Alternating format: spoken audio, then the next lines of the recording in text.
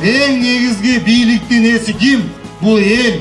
Эл менен эсептешип, эл өзүнүн добушу менен бийликти шайлайт. Бийлик анан кийин элдин астында отчет берет.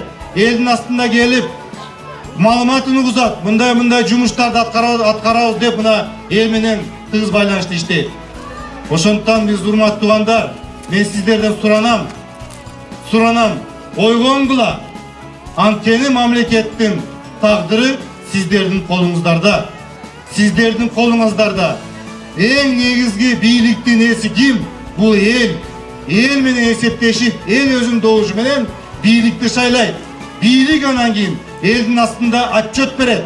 Элдин астында келип маалыматын угузат. Мындай жумуштарды аткарабыз деп мына эл менен тыгыз байланышты иштейт. Мен эмне үчүн мен элдин астына барып коркпой сүйлөп атам?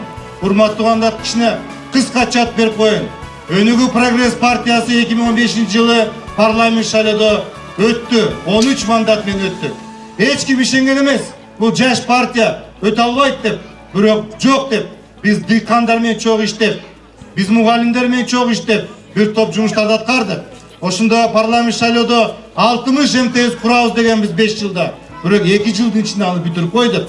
60, азыр биз 120 МТС курабыз деп айттык. Мен өзүмчө кетсем, бабаны өзүнчө кетсек, бул бийликтен биз утулуп калабыз. Ошон үчүн биз тандем түздүк. Бул бийликти утуш үчүн биз түздүк бул тандемди, урматтуу. Сиздер үчүн, сиздердин жашоо турмуш үчүн, сиздердин өнүгүү үчүн деп биз түздүк. Сиздерде, урматтуу туугандар, бир гана эле менчик добушуңар бар. Бир гана менчик добушуңар бар. Ар бир көчө свет болот. Ар бир ортодогу көчөлөрдө асфальт болот. Ар бир райондо, Кара Суу райондо 3 асфальт завод куруп, ташыбыз бар. Битум менен шарт берсек, битум алып берип, асфальттар, ички жолдорду асфальттап бериш керек. Таза сууларды кылып бериш керек. Жолдору ачык болуп, эл үчүн иштей турган жакшы бир президент премьерлердин бар.